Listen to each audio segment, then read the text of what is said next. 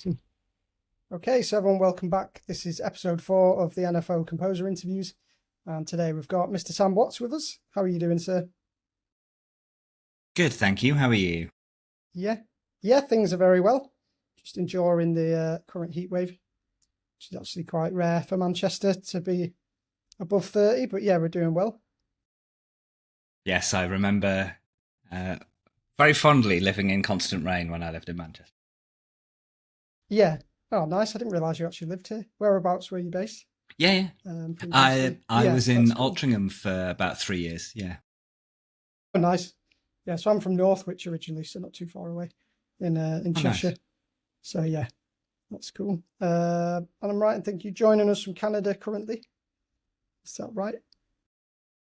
Yes, yeah, that's where I live Yeah. now. Oh, nice. Yeah, amazing. Well, I went to Vancouver years and years ago, but I would love to get back for a visit. But yeah, must be a nice It's a place great to country. be It's a really based. nice Quite country. inspiring landscapes and things for a composer.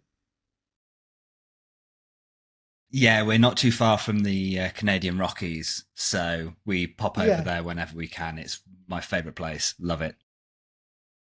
yeah, yeah. I can imagine it's beautiful. No, that's amazing. So we've got lots of cool things to discuss.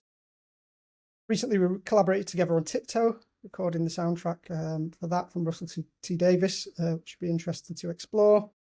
But what I always do, I like to do anyway when I chat with composers, is just sort of wind the clock back and just explore people's kind of musical background and I guess early experiences, early roots into, what led you to working in writing music and then writing music for film and Mm. TV.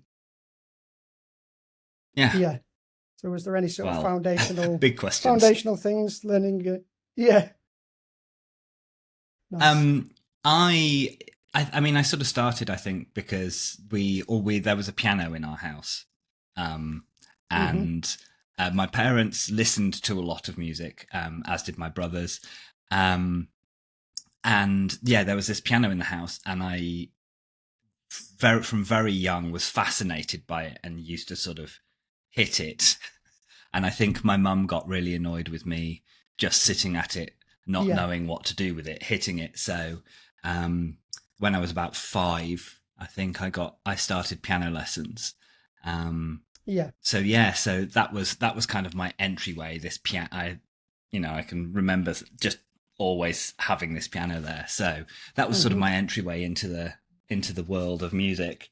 Um, yeah, and then just kept going with that. Started singing. Yeah, Enjoyed, really loved musical theatre. I was a bit of a musical theatre kid, oh, um, cool.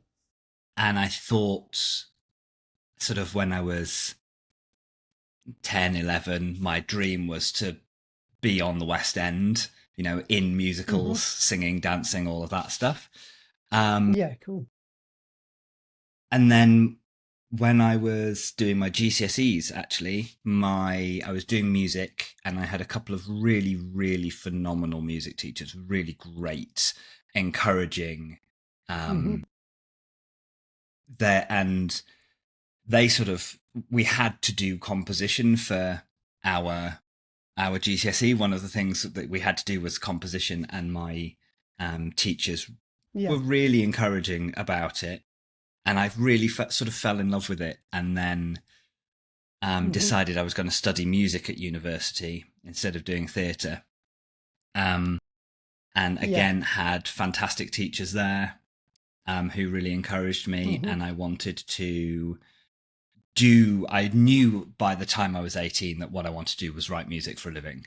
I didn't know how Yeah. I was going to do that, but I knew that that was what I wanted to do. Yeah. And I was lucky enough to have my tutor Mervyn Cook at the now closing Nottingham University Music Department, which is a whole. We won't get Mm. too political, but a whole other travesty that's going on right now. Yeah.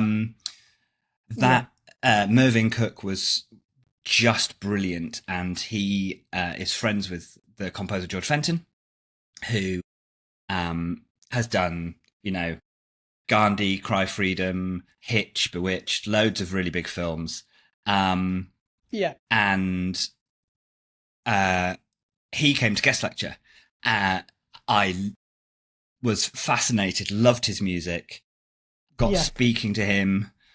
Was very lucky to have sort of 10 minutes after the lecture to have a chat with him, and ended up doing my dissertation on his score for the first Blue Planet. Blue Planet. And Amazing. yeah, I've still got all of the handwritten Jeff Alexander's hand orchestrated Wow. scores for Yeah. that. Yeah, they are a treasured possession. And then I was really annoying because I was a young guy who was just, thought the world belonged to him. So I just Yeah. pushed and pushed and pushed and pushed until George got really annoyed and said, okay, get a first in your Yeah. degree and I'll give you a job. Little did he know I was Wow. borderline first. So I pushed Yeah. worked really, really hard and got a first. Yeah. And That's yeah, then I amazing. went and worked with him. So that's kind of how I got into the industry. Yeah. That's And where incredible. my music began, really. Yeah. Yeah. No, it's always interesting to me how much having a good teacher can end up playing a big sort of knock-on effect. Oh, it's huge. Because It's I didn't huge. actually do. I love music. I had guitar lessons when I was young, but I didn't actually do music for GCSE and things because I didn't have the best teacher, or at least it didn't. I think he was an okay teacher, but they didn't get it across in a way that made me want to do it at GCSE. But yeah, it does make a big difference. And then, as you say, going to uni and then getting exposed to certain people who can inspire you and then give you opportunities, which is obviously great. I mean, that's the golden ticket, I suppose. If someone says to you, get a first and I'll give you a job. I mean, I don't know how often that happens, but I mean, that's incredible. Very rare. It's very rare. Yeah. I have worked incredibly, incredibly hard, and I have to remind myself how hard I've worked. But I always do think I have been sort of lucky in some respects. A lot of my choices have led to good opportunities, and I think that it's very easy to sort of take your hard work out, and we're especially, I think, Brits are quite averse to bragging about being good at things or whatever. We like to try and be humble and so I think there is a bit of a thing of saying, oh, well, I've been very lucky, but that does negate the hard work that people put in. But I do, having said that, think I have been quite lucky in some of my opportunities, but I've also seized them and run with them, which I think is really important. And so I think you have to put yourself out there in order for that luck to find you, if you know what I mean. Yeah, it's a combination of putting in the hours, but then also being willing to go for it when an opportunity does come up. I think is like the combination of those things sort of goes a long way. Yeah. So was that just a normal composition degree? Yeah. Cool. It was a film music degree. So it was not specifically for film and television. So I studied composition and orchestration under the British composer Nicholas Sackman, and I also studied composition under Mervyn Cook. I did music history. I learned music tech. I learned all sorts. It was quite a wide-ranging one, and it was a really, really cool degree because the first year you kind of had to do what they told you, and then the second year there was an amount of stuff that was prescribed that you had to do, but the rest you could choose. And then by the third year, you were pretty much choosing what you wanted to do. So you could really navigate your learning in the way that interested you. That was very cool. So I scrapped performance after the first year. I had to do performance in the first year, and I always hated performing. I don't like playing the piano in front of people. I get really nervous. Fine singing, but piano not so much. And just went straight all in with the composition. So that's really interesting. So what kind of era was that? Was that 90s or 2000s kind of time? Early 2000s. So I was at Nottingham 2000 to 2003. Yeah, nice. It's a good era to go to uni, I think. Just escaped all of the worst of the fees that were to come. No, we Is were the that next first. year? We were the first year that had. Oh Well, no. we were the first year that had tuition fees, but they weren't as rough as Yeah. they are now. Yeah. But yeah, we were the first year that had tuition fees. I Interesting. think Yeah. so. Yeah. Nice. No, that's really good to know. And you think that some of the non-composition stuff has still been useful later in your career? Is that Oh, having that sort of foundation? absolutely. I Hmm. think that there's a very you learn all sorts of stuff from every aspect, I think. So Yeah. I think the music history, for instance, is really, really important. It's really it's sort of foundational knowledge of how music has developed and what we do and why we do it, and Yeah. where it's come from, and the realization that actually all music is for everyone, and it all comes from the same place. It might all sound very different, Yeah. but we all, I don't know where music really comes from. It's a weird thing, but Yeah. it's one of those things where it's all a human experience. Hmm. So I think for me it was really interesting to sort of double down on my knowledge that not liking Hmm. a piece of music or a type of music or whatever doesn't mean that it's not good music. Yeah. It's just not to your taste, and it's a Hmm. really interesting thing. But we can draw from all over the place. So, Yeah. learning, I've always loved Gershwin, and learning about how Gershwin incorporated all sorts of different inspirations, but a lot of jazz Yeah. into classical music, Hmm. and completely changed the face of classical music and the way people thought about it, Yeah. in one direction. And then you've got someone like Schoenberg who throws everything out of the window, and Yeah. Schoenberg, Berg, that lot, who all pushed it in a completely different direction. It's just so cool, and you can draw from all of that. Yeah. Um, you know, Yeah. No, it's really fascinating. Yeah, I can see how that would be a good foundation to have. Because I did composition and technology for my degree, mm, but that was more focused on film composition, so we didn't have too much musical history. We had a little bit, but yeah, I think looking back, it would have been cool to have more of that stuff and sort of knowing, I guess, the different eras and how one thing has led to another and how different yeah, styles have and sort of bled into each other as well. Because obviously, yeah, and I modern think it modern makes film music sort of combines yeah, exactly, so exactly. much. Yeah. If you look at where film music came from, Mm. and being the big studios, in the early 20th century, Yeah. with these sort of people in house writing just romance cue number 17 that Yeah. would then go on to something, and sort of like sync libraries are now, but Hmm. that's where it sort of started, and then it developed into, oh no, hang on, we need people to actually write to picture. Yeah. And you look at Max Steiner and Alfred Newman and Yeah. Miklos Rosa and that lot, all working in this really lush, beautiful style. Mm. And you can just follow it through and see how it went all Yeah. electronic in the 70s, because everyone was like, oh, synthesizers are so cool, let's have Yeah. synthesizers on everything. And then John Williams brought the orchestra back with Star Wars, and Yeah. then we've meshed all of it together, and a lot of us now write for big orchestras and lots of synths. Hmm.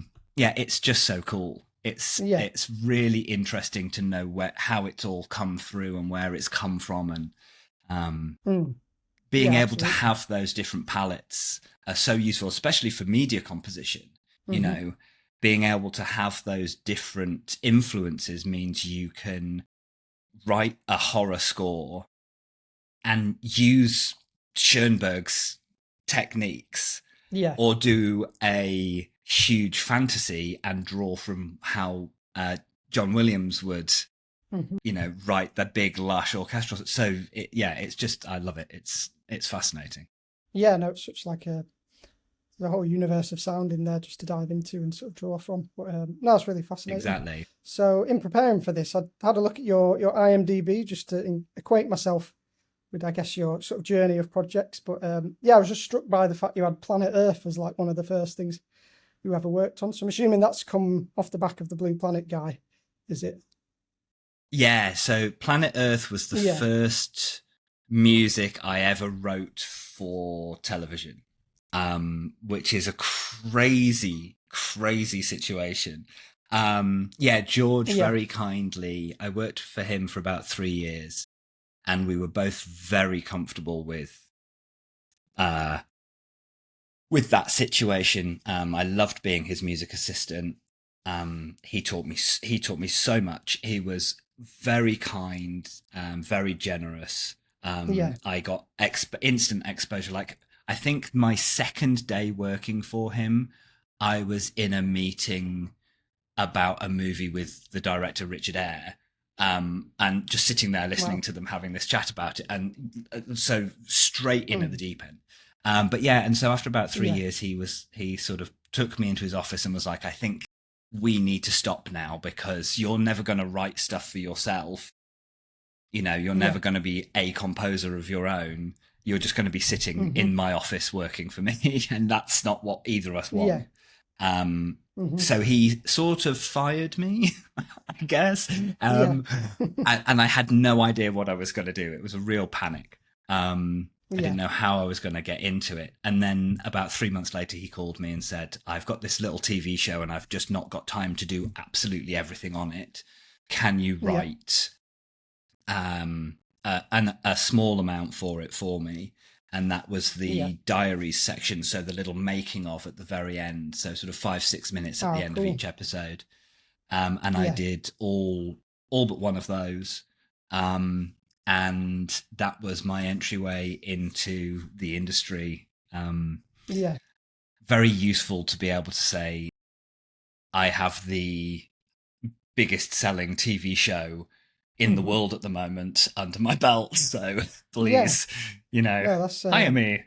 yeah, incredible thing to start off with. So I always remember the diaries almost being the best bit as well, Oh, thanks. because I think obviously don't think they that's true. well, really fascinating, I suppose, for how long it took them to get certain shots. Like I always remember the snow leopard bit and what it was like. They spent years and years even just trying to catch a glimpse of the thing, and then Yeah, to I get the think footage of people. it chasing that antelope off the mountain and everything. It's just Yeah, insane what I they were think able to people get. don't realize that it takes 5+ years to make a Mm, series, just to film a series like that, because yeah. there's so much to do. Hmm. And the BBC Natural History Unit have always been amazing, groundbreaking Yeah. documentary makers. You know, they've the number of behaviors that they have captured on film Mm, that have never been caught on film before.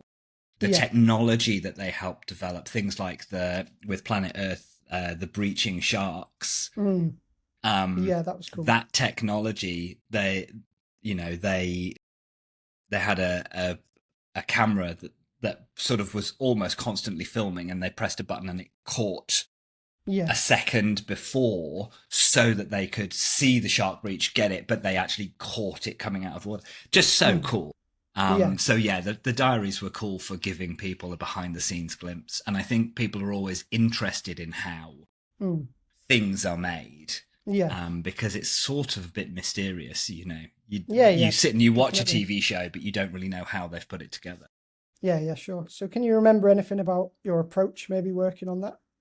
Because I'm Mostly assuming blind. it's kind of different scoring the diaries than it would be for the main sort of Yes, there segment, was a perhaps. more of a magazine-y kind of feel, is what the producers were saying about that. Was, you know, so a bit lighter, not quite as grandiose as the main thing. You know, George's fantastic, lush, big orchestral writing, which works so well for big, wide, long shots. And I did actually use. There were certain things where we sort of I rearranged some of his music so that there was a Yeah. link between the main show and the diaries. But yeah, it Hmm. was basically. I remember sitting in a very, very small room in London at the time. I lived in Cricklewood, Yeah. and we had a very small 2-bedroom flat, Hmm. and the second bedroom, the box room, was Yeah. where my studio and a bed was. And yeah, so it was very unglamorous, and it was mostly panic because I'd never done it before. Yeah.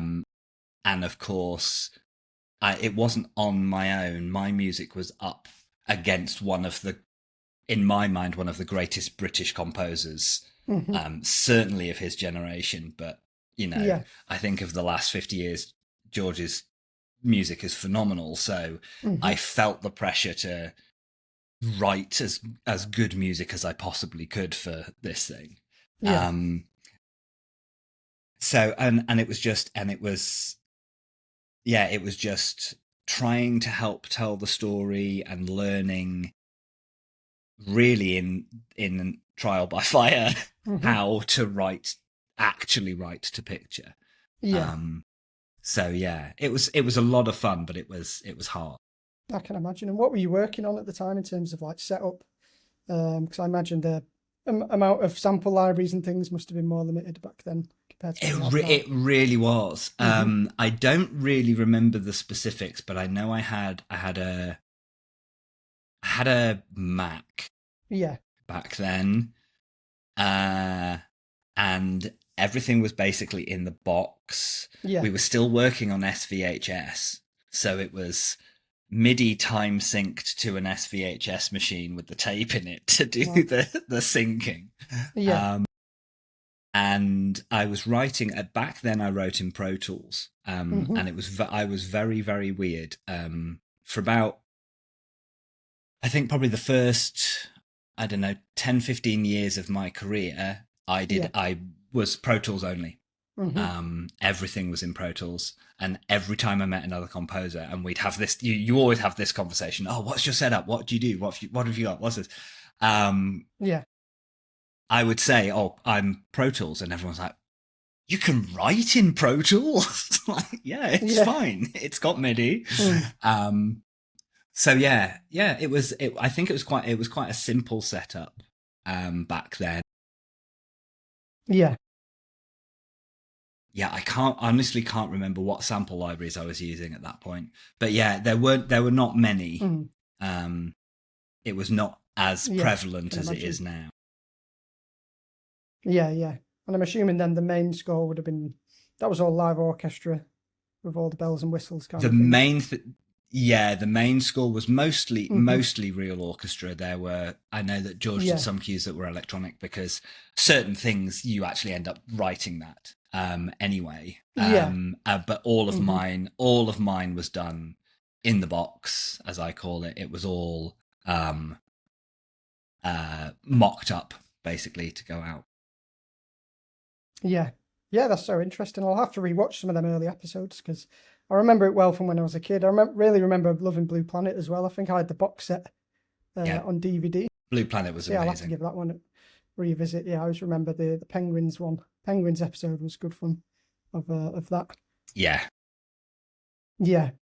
Cool. Well, can move it on and talk about the Traitors now. So I'll have to admit I haven't really watched it that much before, but I've watched a little bit in preparation for this.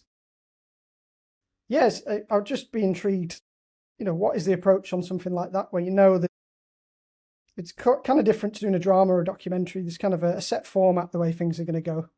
You've got different pieces, I imagine, for different sort of events within the show. Yes, yeah. So you kind of get told, these are the bits we need. Can you kind of write us something? Yeah. So that was that was exactly how that was done. Basically, it's class. We call it format television. So it has kind of it has a format. It has a way of working. There are certain things that happen every episode, like the round table. They've been very clever, obviously, and they've started really mixing things up so that every series is different. But yeah, so they came to me actually via a friend of mine, a producer called Abby Lambrinos, who I've known for a very long time and met initially in a pub. Nice. And I've told the story a few times, but yeah, we met in a pub, very awkwardly both standing at the bar waiting to be served, and did the British thing of catching each other's eye by mistake and then feeling terrible and having to have a conversation. And yeah, we just did the usual thing of having a bit of a chat and worked out we both worked in telly. And I think she was a runner at the time. Yeah. And yeah, so we became friends and said, oh, we must work together one day. We must work together one day. Yeah. And it wasn't until I moved to Canada Oh, really? she sent me a message saying, I've got this show. Would you be interested in talking to them about maybe doing the music? Mm-hmm. And of course, yep, absolutely. And so I did. They commissioned me to write a set number of tracks, and Yeah. I worked with the production very closely with Sam Rhys-Jones and Sarah Fay, the fantastic producers.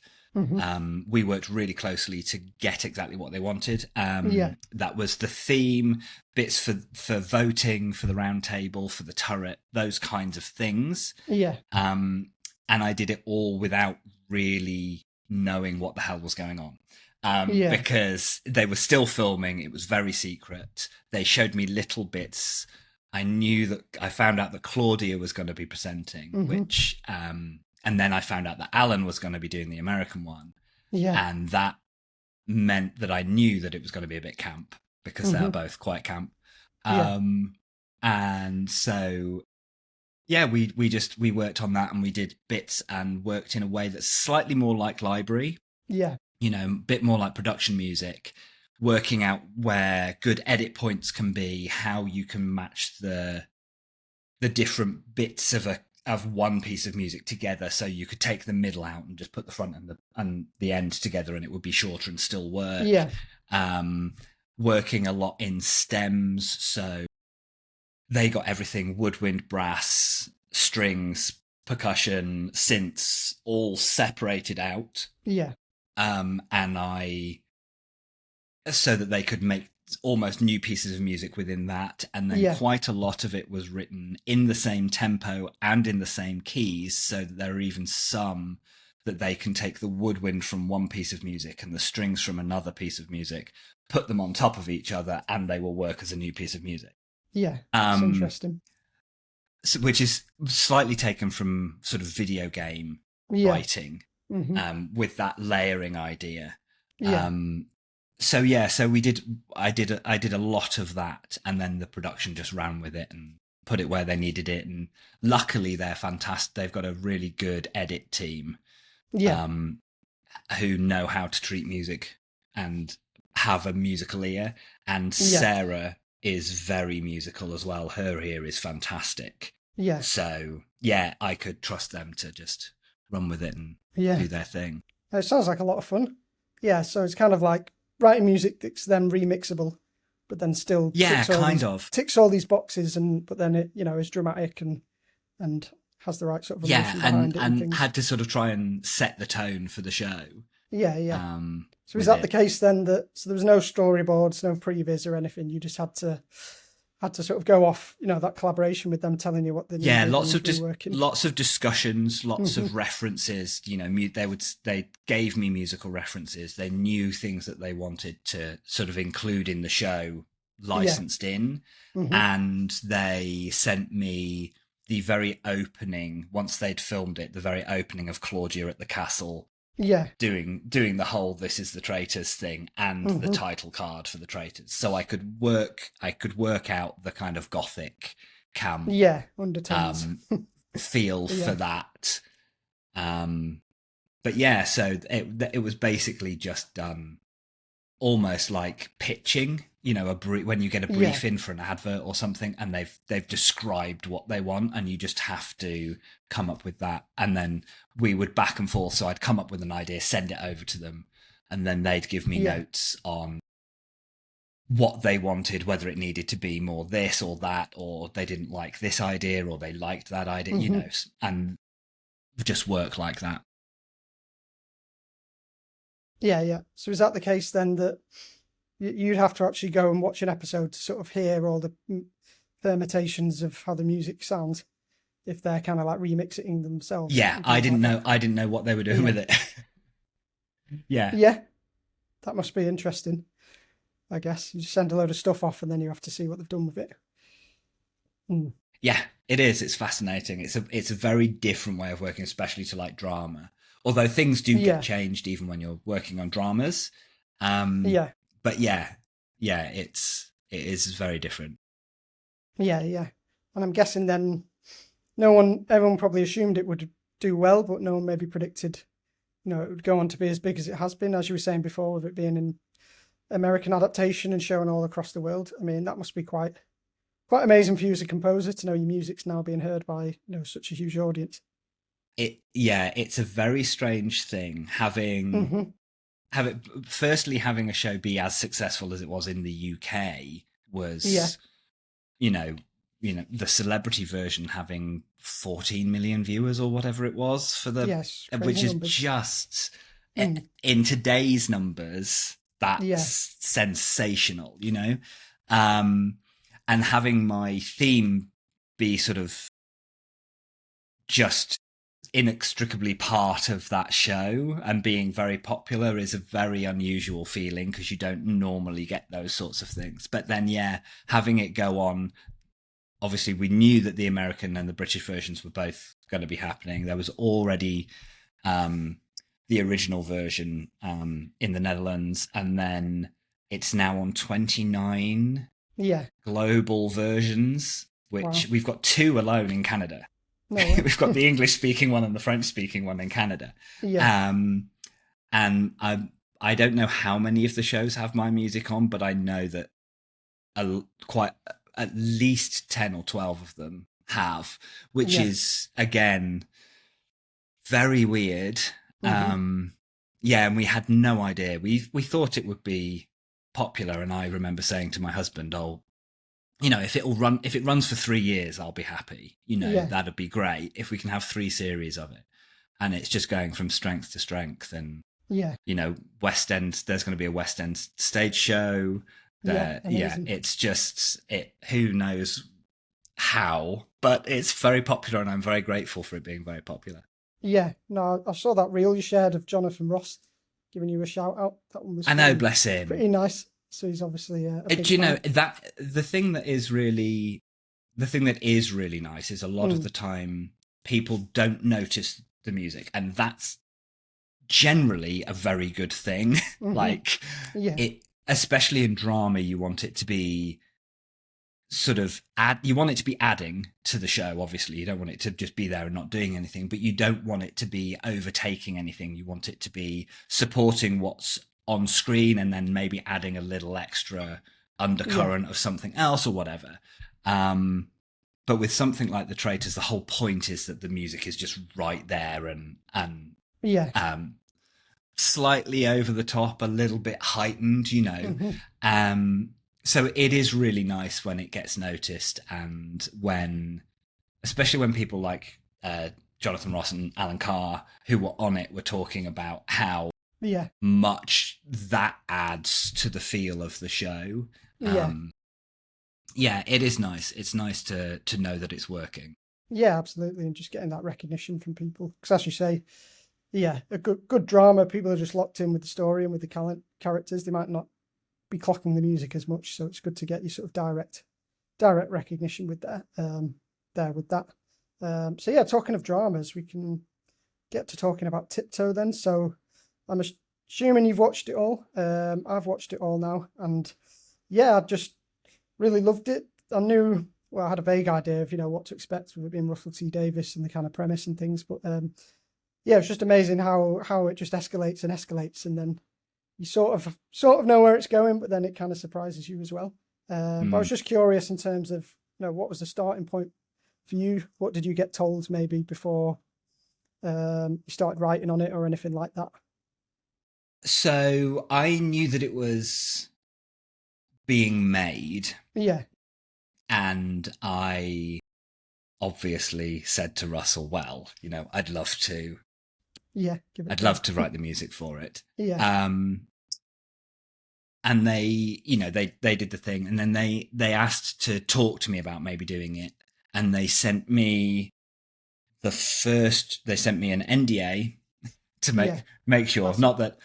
Mm, not that I think it's sort of unspoken. You don't go around saying stuff about a show that's being made, yeah, but in these days they have to be careful with those things. But yeah, so and then they sent me the first 3 scripts, and I mm, read those, and was just blown away by the writing, by the storytelling, by the characters, by how shocking it was. Yeah.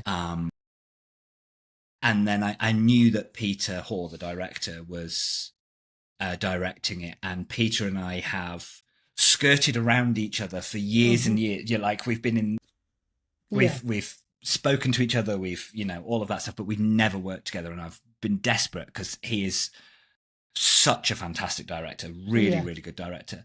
So I was sort of really desperate to do it. And so I had a chat with them about what my approach might be. And we did all of that. And then actually the Traitors prom was on, and I came back to the UK to go to the Traitors prom, and Russell and Julie Gardner, bless them, came to the prom.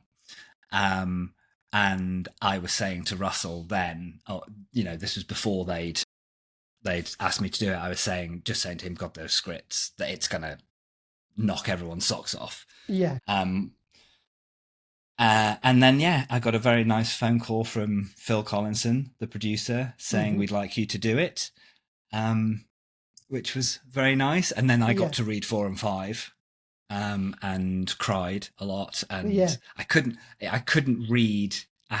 I normally, if I get the scripts for a show, I'll read as many of them as I can all at once, sort of to get the full feel of it. But with Tiptoe, I couldn't read more than 2 episodes at a time. Yeah, it's just too heavy. It's just too heavy. Yeah. So and then we started working. They were filming, and they were sending me what are called the assemblies. So at the end of every week, they put together everything that's been filmed, the takes that they think they're going to use, and they put them in a rough sort of episode order.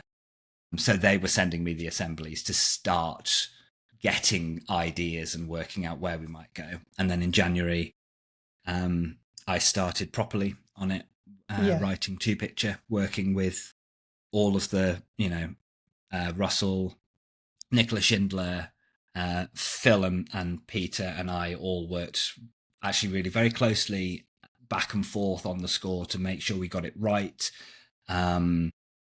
There's one of the big things that all of us knew from the get-go, was that we had to make sure Clive wasn't a monster. Yeah. It would be very easy to make a show like this and have Clive just be really evil and horrible and terrible, and everything about him is, dark. And that's not the point of the show at all. Yeah. So we did a lot of sort of tone testing with Clive. Where are we gonna go dark? Because it does go dark at times, but how are we gonna make sure he's a human being? Yeah. That's interesting. So that was quite a fun challenge to make sure that it was the right tone. It felt like not only was he at the end, this dark character, but how did he get there, and what was he like, and why was he there, and how does the music help us to feel something for him as a human being? Yeah. So that was a fun challenge. Yeah, I can imagine, because you got so much sort of resentment that you can see with a character like that, and but you can then put yourself in their shoes and imagine the kind of things that would lead someone to maybe ending up that way or something. So I think it's exactly. Good that they had the approach of not just making him into some like cartoon villain. Exactly. Yeah. Because it is quite a funny show as well in so many ways. So I guess it's having the contrast of the comedic stuff then with the dark, and then the more sort of cultural commentary and things of that nature. And that is something that I think Russell does very well, and is very sort of in his writing DNA. Yeah. And something, again, that we really wanted to make sure that there was lots of queer joy in this, and funny stuff, and things that were lighter, because you can't be dark all the time. It doesn't have the same impact. But also a lot of LGBTQ plus stories are traumatic, and there is a a need for us to also show that we are joyful, fun human beings. We are real people. We are, um, uh, we make mistakes, but we also, um, have phenomenal friendships or really great relationships or whatever it is. We are rounded, Yeah. not caricatures. Yeah. Yeah. Of course. So I think having that queer joy in there was a big thing, which is why quite a lot of the music actually, it's almost got two scores. Yeah. It's got the really fun, bubbly, Mm-hmm. almost pop sort of Yeah. inspired stuff. Mm-hmm. And it's got the darker, more thrillery kind of stuff. And so it almost has these two scores that run together through the show. Yeah. Was that something that you discussed early on, or did that sort of be discovered further you got into it? We knew we wanted some of it. We knew we needed the joyful side and the darker side. Yeah. I think it more sort of developed in the way that it did naturally rather than through discussions. Yeah. I knew I wanted this sort of idea of the march of time through the whole score. Yeah. Because the events, you see what happens in the first 30 seconds of the first episode. Yeah. And then it's about how we got there and the inevitability of the fact that it's going to happen and that it just marches on like that. Yeah. So I wanted that. And through discussions, we basically got to, I did the Melba's big speech outside where he's saying about, you're queer in 2026, you're a political act, that it's here already speech. That was one of the first things I did because it was such a great speech. I was like, and I came up with that idea of the pulsing strings. And I realized rather than percussion or ticking or any of the sort of usual things we would do for time, the cliched things for time, I wanted to use the strings as the propulsion, as the march. And from there, even in the lighter, bubblier stuff, the strings are always chugging. They're always doing chords, arpeggios, things that are constantly moving forwards. And so that the strings became that ticking of time through both sort of aspects, and that's how that kind of developed. Yeah, interesting. And I think you developed a really nice sound set with the like the acoustic guitar, the more pop kind of like drum kit, and then the like vocal sort of sound comes in a lot. Yeah, Illa's amazing vocals. Yeah.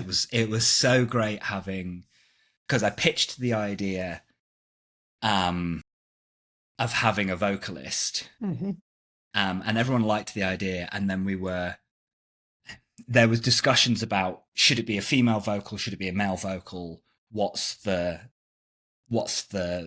thing there, what's the best sound going to be? And I sort of said to production, basically, I want a trans voice for this, because so much of the narrative in this show is sort of around trans rights, and it's very close to my heart, very important. I think that the best thing we can do is have a trans singer, because that's where the soul of this is coming from, protecting trans people. So that's what we did. We ended up with a trans singer, which is interesting. Perfect.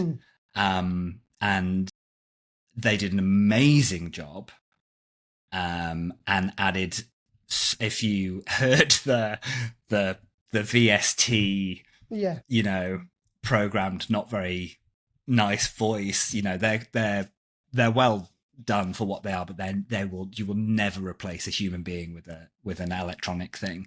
And I sent the stuff over, and they did a Leo's theme as a proof of concept for production, and everyone loved it as soon as they heard it. Amazing. It was perfect. So yeah. No, the sound itself reminded me a bit of the Princess Diana music from The Crown. Don't know if you've watched. Oh, that. right. Yeah, I have. It's a different type of score, but the actual sound itself, because they've got, I think that's Martin Phipps. They've got a similar kind of vocal motif that they use for Princess Diana in some of those. But yeah, it made me think of that when I was watching it. But yeah, and obviously we've had the benefit of being able to hear it in stem form in the sessions, and then being able to hear it in the final. It's nice to hear it all sort of come together and things. But yeah, that's interesting to sort of hear some of the backstory on that. And it's good you mentioned strings. So obviously we've had our live string contribution on things. I'm just wondering how that experience was for you, and then maybe, how do you actually approach that? Because I'm assuming that you would have been putting string parts down, not knowing whether or not it would have been live strings. To begin with, yeah, it was. I'll try and mock these up as best I can. Yeah. And then I had conversations with production, sort of like, look, I think to really lift this, we need to try and find the money for some real strings, because it's going to be they became the core of the score, really. Yeah. And the score wouldn't actually have ended up being what it was if it weren't for Northern Film Orchestra, because we did, as you know, because you were there in the sessions, we did some experimenting, which is a great thing that you're able to do when you have live players, and when you have players that are as good as Northerns. It makes it easier to do, because we got through a lot of music. We got through it, and a lot of the time, 2 or 3 takes is all you have time to do, and they got it in 2 or 3 takes. There were a few times where I was like, "Oh, take 1's really good." But yeah, we could play around. So with those pulses, for instance, with Melba's speech, it was really fun to have the time and the ability to go, "Hey, can we try some extended techniques? Do something that's kind of fun for the players," which is a big thing for me. I like my recording sessions to be enjoyable for players. Because it's hard work, and so I think we ask a lot of the players in sessions. So I think giving them something that's enjoyable is really important. So we could play around, and they all got to pick their own technique, and we did this thing where we'd start off with them just straight arco, and then slowly move through. So some of them would do tremolos, some of them would do trills, some of them would sol pont, all sorts of different stuff. And it created this really cool textural effect on top of that kind of pulse, the on off of the notes. And in that first session, that I was still writing episodes 3, 4, and 5 when we were recording episodes 1 and 2. And it just light bulb in my head. I was like, that's it. That's the sound. That's what we're going to do. So then it keeps creeping back in. And as we go through the 5 episodes, it starts off subtly in that cue, that first episode cue. You can just sort of hear it. And as it goes through the episodes, it gets stronger and stronger and stronger. So which was brilliant, and it would not have happened that way if we hadn't have been with live players, because you can't mock that up. It's not something you can really easily mock up. So it makes such a huge difference. And I always say about, every production I start the conversation with, we should try and at least get some real players on this, because honestly, it makes such a big difference. And then you do it, and everyone's like, "Oh, yeah, it really makes a huge difference." No, I think it's always good to push for it, but it would just take it to that next level, I think, to have some live players and the expression that comes with it. But I know for a fact everyone did really enjoy those sessions. They got put through the paces, but I think it was a very fun one. And it's nice when it is just strings as well, because we do a lot of stuff that's strings and wind and brass and all that stuff. But when it's just strings, it's good to just focus on that kind of world of sound, I think. And the strings are my favourite. Sorry, everyone else, but strings are my favourite section of the orchestra, because they can do so much. And they don't need to like rest or breathe in the same way the others do. So you can not in the same kind way. of always have something bubbling away in the background, can't you? Yeah, you can. And I mean, it's nice to try and give them a bit of a rest at Yeah, times. But yeah, the great thing is you can make things really interesting. So they were doing a lot of chug, chug, chug, but then yeah. they got to really practice their arpeggios. Hmm. And they also got to do this fun kind of weird. We did some really. There was one cue in it's in episode no, oh, that was yeah, episode 3, Hmm. where I got them to just play around tonally with micro Yeah, tunings and doing really weird stuff, which is interesting because you can work out in session what level you want to push that to, how extreme do you want it to be, how nasty yeah, do you want it to sound. um so it's so much fun. I love having real players yeah. to And I think the fun collaborate aspect with. is a big part of it as well. Everyone bangs on about AI and stuff, but it's so much more fun actually doing stuff with real people, isn't it? So It's more fun and much more satisfying yeah, to actually do it. And you know it's useful having I would always like Andrea, hmm, my copyist is yeah, Andrea Pozzi, is brilliant, and I would always have her because you send stuff over to her and then she'll write back and she'll be like, what if, yeah, it's not changing the music, but if you swap this, or if you change this, or if what should we try that? And it's like, oh yeah, that's a really good idea. And so um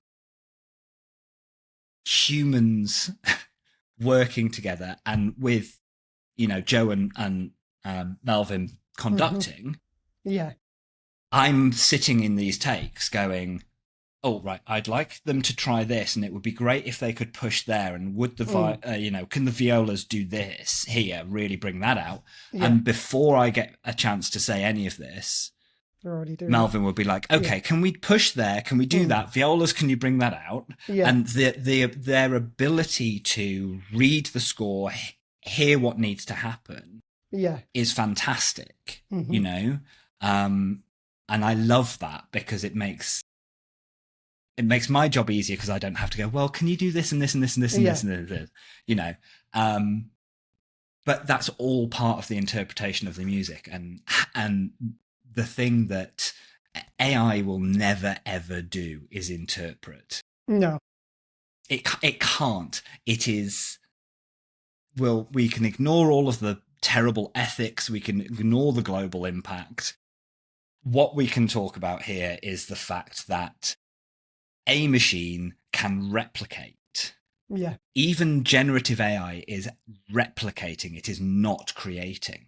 hmm, And there is just something so magical. Honestly, at the end of every session with you, mm, I was buzzing. I was super happy. I was, yeah, it's just such a joyful experience to make music together as human beings. I don't know yeah, why you would want to do it any other way. yeah. No, that's so great to hear, and same for us as well. Yeah, to know that a composer has sat down, they've heard something in their head, and then they've gone through the whole process of writing it, getting it approved, putting it on the page, and then for us to get loads of people in a room that have never met you to then produce this music. It's quite a Yeah. magical thing when you think about it. Like It really so is. many things have converged to then produce the end Yeah. result. And It's a big undertaking as well. Even what did we have? 16 players.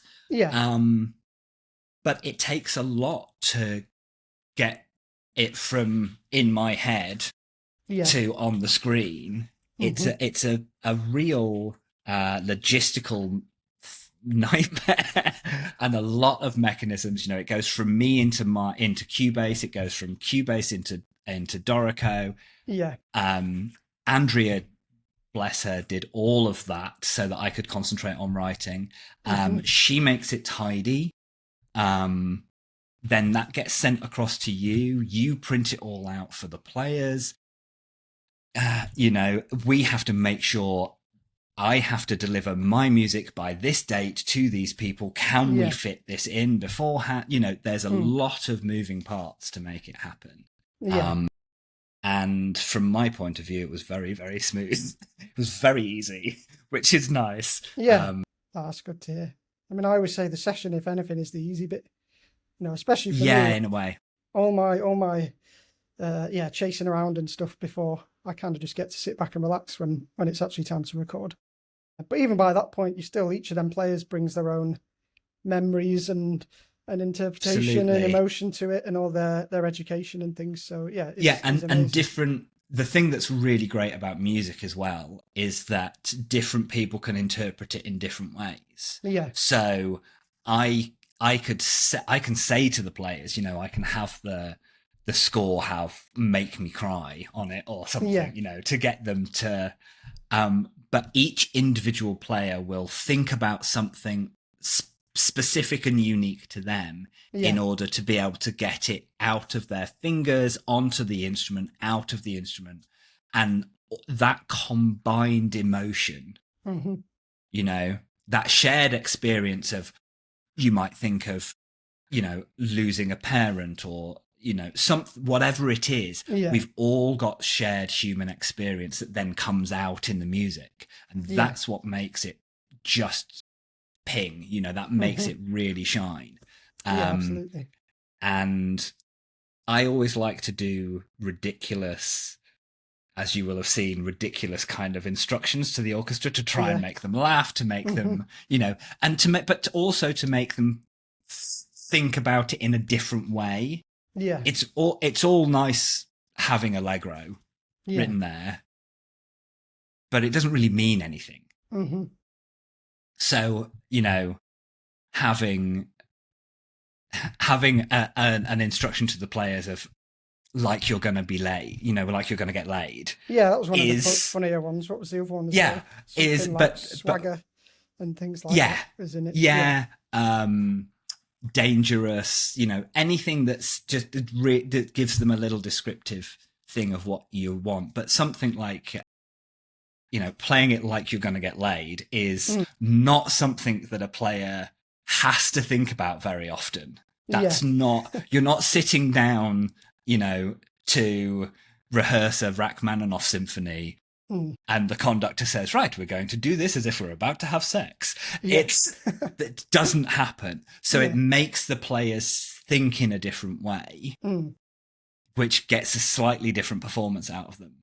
Yeah, and it makes them laugh. And it's on a very serious job like this. It's very, it's a very important piece of television. It has a lot of weight to it. It's very easy to get bogged down and feel like everything is the most important thing and we have to get all of this right. So being able to kind of have some fun in there as well, I think, is a really important thing, and does make everyone, it makes everyone perform a bit better. And I don't just mean the literal performance, but like me, I write better when I'm not panicking that this is the most important thing I've ever done. Sure. So I enjoy doing that with the players. Yeah, no, I think it makes a big difference just to have a little bit of a giggle and relaxes people and things, and just takes that tiny bit of pressure off and just feels a bit more, just a bit more playful, I suppose. A bit more, just fun for everyone, which definitely makes a big difference. Yeah, absolutely. Yeah, well, I've really looked forward, as we were saying before, to listen to the soundtrack version. So hopefully, we'll get some indication of when that'll be ready at some point. But I don't know if there's any plans to do like a vinyl or anything like that. Do you know? Maybe. It's very, very early days at the moment. We're just talking about whether or not we can even rights-wise release something. So, fair enough. Fingers crossed, we'll be able to do it. Yeah. I would love to. I think, I'm very proud of the score. Yeah. I don't like, going back to the being British thing, I don't like saying that I think it's good, but I think it's good. And I'm very proud of the work that, with all the musicians, having you folks on it, having Illa singing. My brother Dan plays a lot of guitar on it, and did a lot of, he actually made a bunch of synths for me. He made a load of contact instruments and stuff. That's cool. that I could then play around with, manipulate and play and stuff, which became a large part of the score. Yeah. A guy called Richard Orpheus Campbell on drums, Mm-hmm. who was sensational. I just sent him the cues Yeah. and a So, guide of this is me very badly going like this to indicate when the drums should start and stop. yeah. Do your thing. And again, put so much life in them. And he was like, oh, I made the decision I've actually muffled all of the drums, and I've done this, and I've recorded it like this, and I'm sending them over like this. And it was brilliant. And my brother Dan, who also mixed the music, just was, after the first episode, he was like, I love doing the drums are brilliant. Yeah. Richard does such a good job, and it's so easy to mix. Yeah. So that was really fun. And every single musician who played on made it what it is, made it better. Yeah. You know? So I'm really proud that we managed from between Canada and the UK to, you know, pull all of this thing together. Yeah. And it sounds really great. So I'm hugely grateful to all the musicians. Yeah. No. So yeah, hopefully we can get a soundtrack release for it so that they can get their accolades as well. Fingers crossed. That'd be great for everyone. So in terms of what's next for you, then, is it more TV, or have you got film, documentaries? How's it looking? I've got another TV show. Mm-hmm. Yeah, I'm starting on another TV show, and there's another one that I did last year coming out later this year. Yeah. So yeah, I'd love to do film. I've done the odd film, but not lots of film. So Yeah. But I love doing TV. Yeah. I like having lots and lots of time to tell a story, and I think you can do phenomenal things, obviously, in film schools, but I think you can do some really fun, thematically, you can do some really fun things when you've got quite a long time. I wrote nearly 2 hours of music for Tip Toe. Yeah. And you can, in that length of time, you can really play around. Yeah, do a lot more of it. That's cool. Yeah. Yeah. So. Nice. Any video games or anything like that? I think you mentioned obviously the musical theatre stuff, sort of, your early stuff. I'd love to do video game. I've never done a video game. But it fascinates. I have friends who've done video games, and all of the way that you have to write for video games is really, really interesting, especially if you're doing sort of the AAA RPG style ones, or shooters or whatever, where you're I remember going to a talk years ago that Richard Jakes gave, and he was talking about doing one of the Bond video games, and how he basically made this jigsaw music, and that's where I sort of got the idea for the Traitors thing, of it being jigsaw. And it's fascinating that he was talking about how you layer things and think about stems, and it really got me thinking in a different way. So I'd love to have a crack at a video game, just to see what my brain can come up with in that kind of within those constraints that are also sort of a different kind of freeing thing, because it's not what you normally do. So it would be fun. Yeah, no, that's cool. Well, fingers crossed you might get that chance at some point to Hopefully. do one. Yeah. So we'll wrap up in a second. I always just like to close off by asking, because a lot of the people who'll be tuning in are probably aspiring composers or young composers that like to do this kind of thing in the future. Do you have any general tips? Obviously, you talked about going to the pub and meeting people, so maybe go to the pub more might be a tip. Networking is a really big thing. So depending on where you want to be, what sort of things you want to be doing, going to Sheffield Doc Fest or whatever it is a really good thing to do. Get out there. And I think that when you are networking, be a human being, not a composer. Yeah. One thing I think a lot of people make the mistake of is spotting a producer or whatever it is and being all business. Yeah. And 20 other people have come up to them at this event and been all business, Yeah. one of them will come up and talk about dogs and show each other pictures of their dogs on their phone and make a human connection. And the person they remember will be the one they made a human connection with, not the 20 people who came up and gave them their business card, all, give me a job. So I think one of the biggest things networking is just be a human being. Yeah. Because the majority of the people that I work with now, 20 some years into my career, are friends. Yeah. They are people who I've worked with before, got to know, become friends with, and we just want to work together again because we have that connection. I do obviously get things coming in word of mouth, whatever, because Traitors was on, because Tip Toe was on, whatever it is. But the majority of it is through making a decent human connection. And then the other thing is just the piece of advice that George Fenton gave me when I was starting out, which was be nice. Yeah.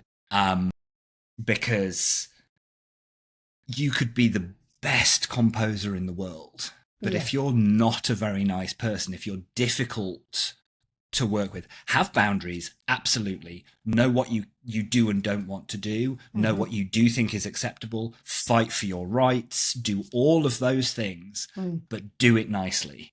Yeah. Because people will want to work with you again if they've enjoyed working with you. Yeah. That makes a lot of sense. And, so it's kind of more life advice than specific composing advice. Just be nice. It's not that hard. Yeah. No, I think it goes a long way because, I think, as you say, people just want to enjoy what they're doing. If you can make their job more fun and more enjoyable, then it's always going to be good, isn't it? Film and TV, the media industry is very stressful. It's a high stress thing. There's a lot of money on the line a lot of the time. There are tight deadlines. Everyone's under a lot of pressure. So that doesn't need to be made worse by people being difficult to work with. Yeah. You want to get up every morning and go, oh, I've got a meeting with this person. Great. That's going to be so fun. Yeah. You don't want to get up and go, oh God, I'm going to have to manage how I talk about this thing because they'll fly off the handle if or whatever. Yeah. So I think it goes a long way to everyone being supportive of each other, friendly, trying to have fun, remembering that, at the end of the day, this is just television. It's not open heart surgery. Somebody's life is not on the line. So although it's serious and it's high pressure and it can feel like it's really important, and it is really important at times, you still need to remember that it should be something that you enjoy. Yeah, absolutely. That's great advice. So hopefully people will be able to take that on board and put that into practice. So really appreciate your time today. Where can people follow you or find more from you if they're interested in following you? My website is samwatts.com, and I am not on very much in the way of social media at all, but I am for now still on Instagram, and I am I_is_Sam on Instagram. Yeah, so people can go and follow you there. Amazing. Well, thank you for that, and hopefully we'll get a lot of listeners on this, and might get a few more listeners to your soundtracks on Spotify and stuff. Who knows? All that. Well, thank you very much for having me. No problem.